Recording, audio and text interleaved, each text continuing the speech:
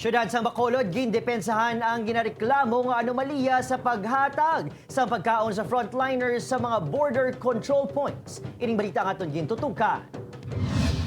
Wala toong hatagay sang pagkaon sa pareho nga medical kag non-medical frontliners sa mga ospital kag check-up points sa Bacolod City. Apang ang pagkaon para sa mga frontliners ang border check-up points, ang subong ginaulan sang kontrobersiya matapos isa ka netizen ang nagpautwas nga sa kapin 30 kakatapos ang BCPO, CHO kag bitaw nga nagabantay sa borders para lang sa 12 katawo ang ginahatag nga pagkaon kada shift. Sunod sa netizen, hindi ka kulang sa pagkaon ang problema, bangod madamo man sa donasyon. Apang, ginakatingala sini nga ginapaperma ang mga frontliners sang para sa 35 katawo kunara lang sa 12 ang ginahatag nga food packs kada shift. Since nagdamo kay nagbulig ang aton bitaw, may ara pa kita mga volunteers nga on their own nagvolunteer nga mabulig sa aton mga check-up points.